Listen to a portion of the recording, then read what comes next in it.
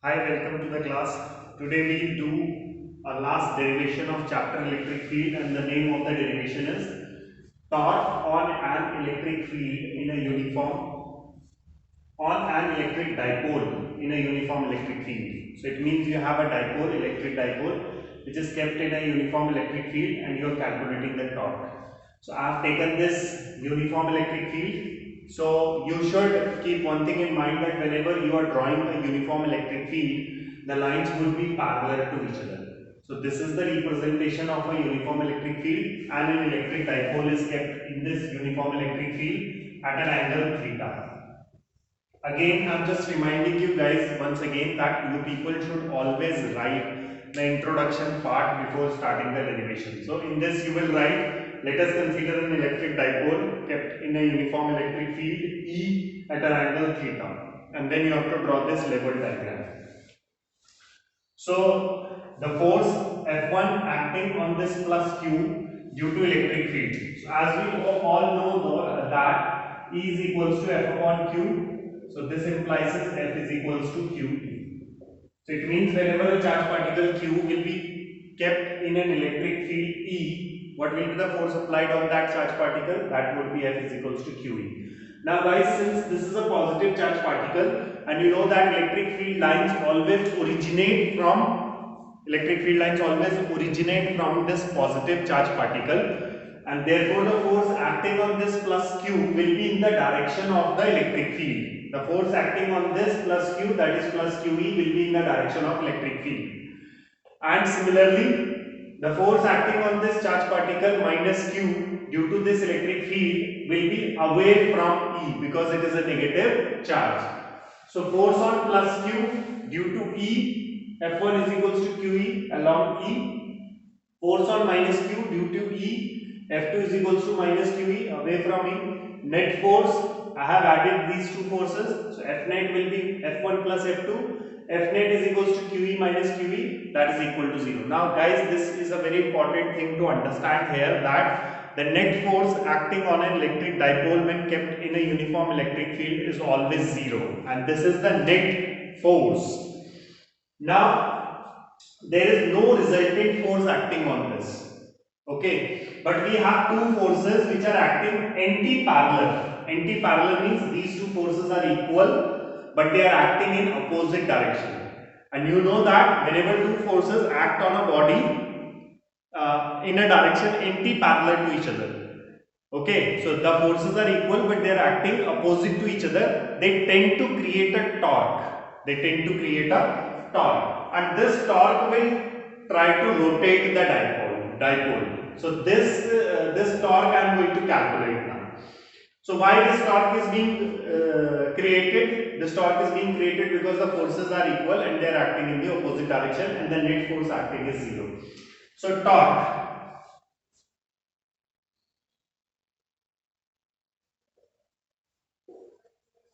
So torque will be force into perpendicular distance.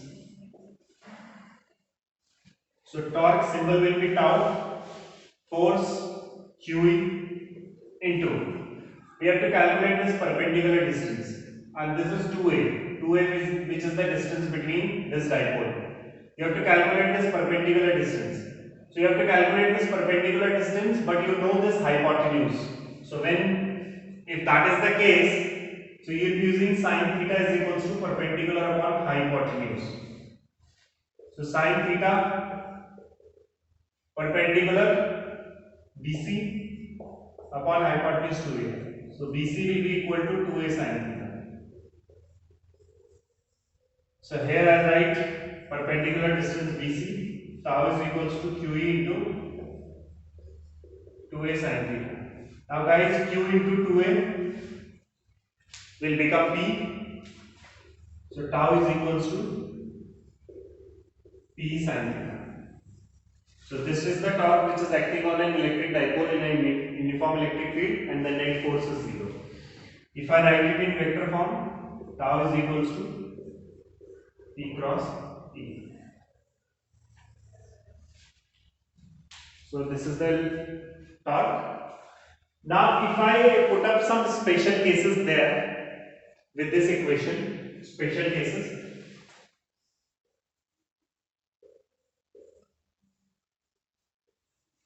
The very first special cases is if this theta is the angle between this dipole and the electric field. Okay, so theta is the angle between this dipole moment and electric field. If dipole is parallel to electric field, so if it is parallel to electric field, theta would be 0. So if sine 0, that is sine theta, it will be 0. So no torque will be acting in that case. So there will be no torque acting in that case. Now, if the second case I take, if dipole is perpendicular to electric field,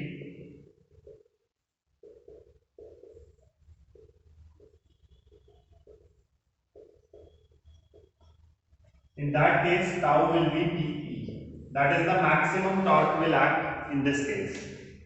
In this case the maximum torque will act, and in this case torque will be 0. So this was the derivation, and this much theory part we are supposed to do within this chapter. Now next I'll be telling you few numericals of this chapter, that is electric field. So let me begin with the numerical part now. And as I told you in the very first video, that is Introduction to Electrostatics, there is a mind map in the description box. So from there you can download that mind map, and we are doing few questions from the mind map itself. Let me begin with the question. So this question says that a charged particle of 2 coulomb, so one charged particle is given, 2 coulomb, in an electric field of, one electric field is given, 2 into 10 to the power 4 Newton per coulomb, experiences force. So there is a charge which is kept in an electric field of this much, and this charge experiences a force because of this E. He wants us to calculate this force. So how do we calculate? So we all know that F is equals to QE. So F is equals to 2 into 10 to the power 4, and that would be F is equals to 4 into 10 to the power 4 Newton. So this much will be the force acting on this charged particle. So this was one numerical. Another numerical is a very good numerical, and in this question 2 point charges are given.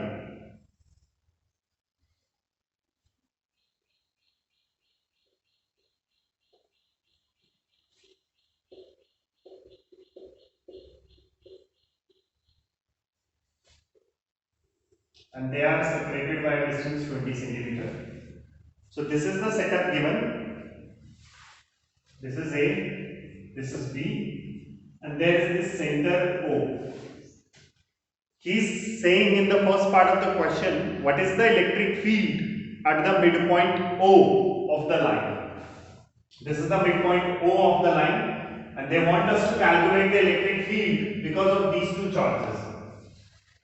So as we all know that this is a positive charge, and the electric field of this positive charge at O will be away from this positive charge.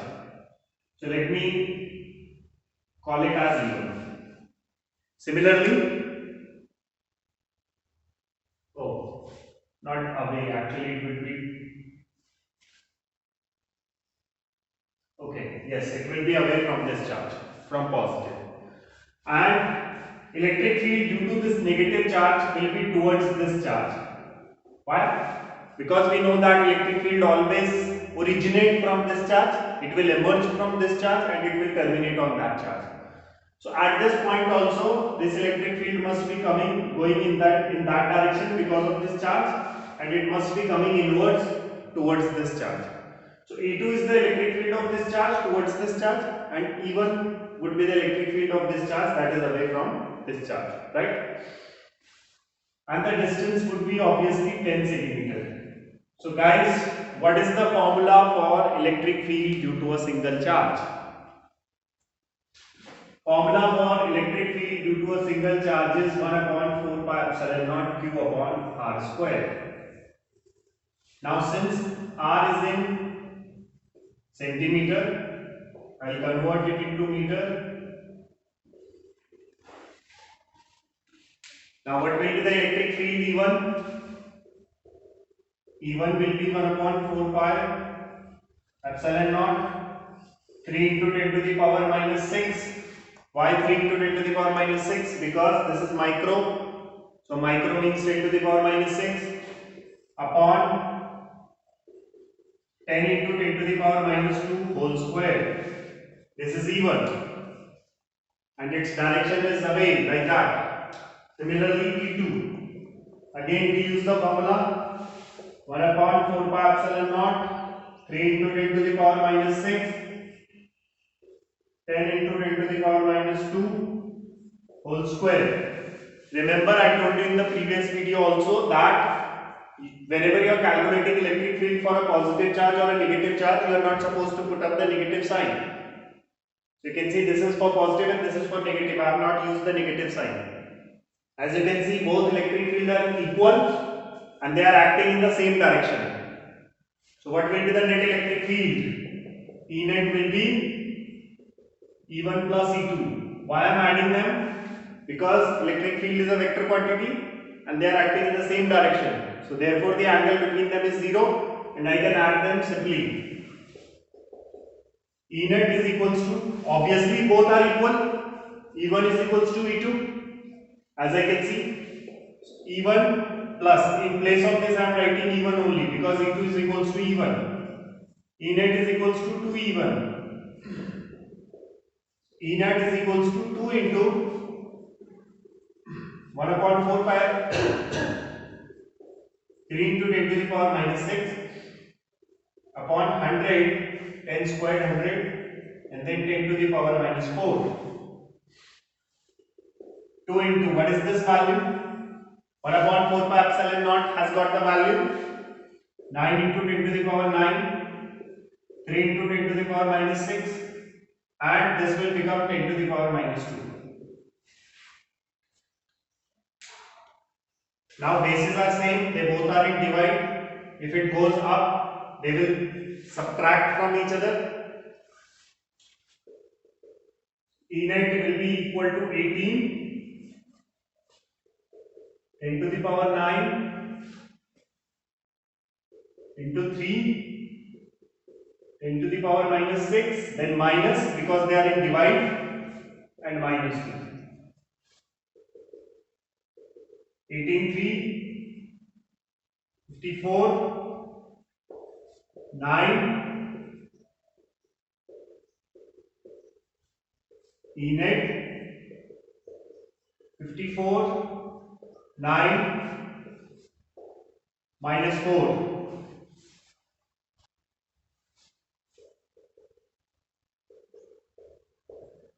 54 10 to the power 5 Newton per coulomb. This will be the net electric field because of these two charges at the center O. This was the first part.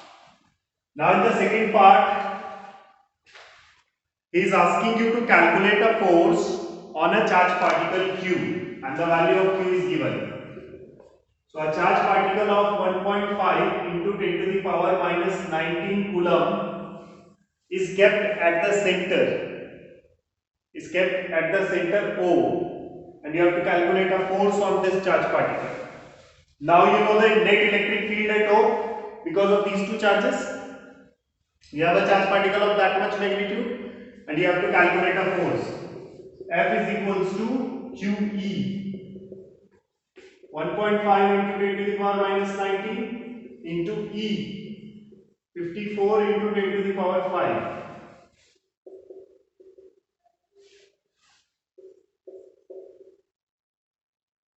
2, 5, 2, 27, 5, 1, 5, 3, 27 into 3, 7, 3, 1, 2, 3, 2, 6, 81.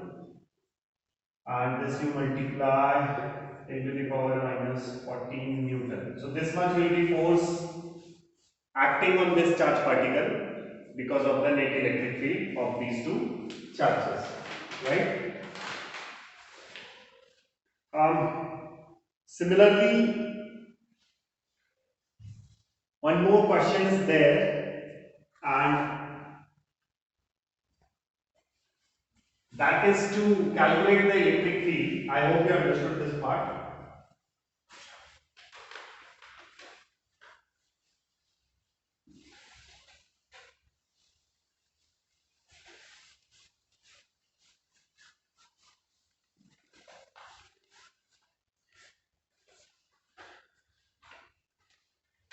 So in this question, they are saying, I'll read out the question for you.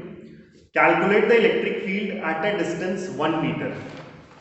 Calculate the electric field at a distance 1 meter. So R is equals to 1 meter. From the center of electric dipole on its axial line, okay. The electric dipole obviously consists of two opposite charges, and the value of charge is given, and they are separated by distance. Remember that we have always taken the distance between the two charges in a dipole as 2a. He wants us to calculate the electric field along the axial line. So guys, if you remember, E axial was 1 upon 4 pi epsilon naught 2p upon r cube. This derivation we have already done. E axial, this is 9 into 10 to the power 9, 2 into p.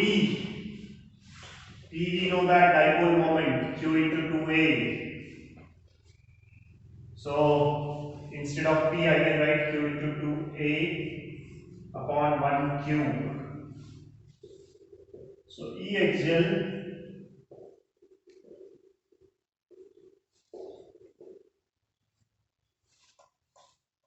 Q is 2 into 10 to the power minus 14 into 2a.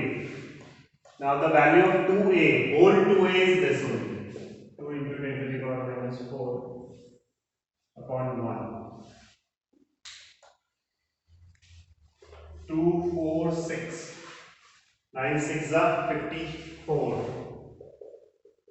The axial is equals to 54 into 10 to the power minus 4 minus 18 and then 9. So it will be 10 to the power minus 9 Newton per coulomb. So this will be the electric field along the axial line. So this is how we had done this numerical. Alright.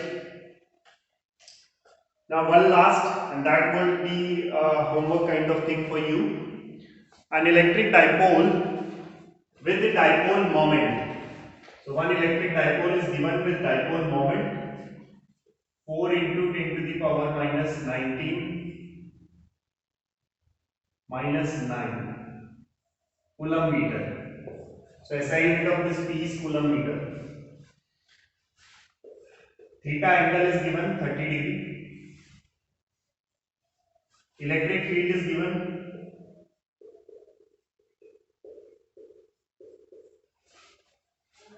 and you have to calculate the torque. So just now we had done the derivation of torque. How much will be the torque? Tau is equals to P sin theta. So every detail is given. P is given, E is given, theta is given, and this is the formula. So you will have to calculate the torque. So this is I am giving as the homework part, right? Thank you.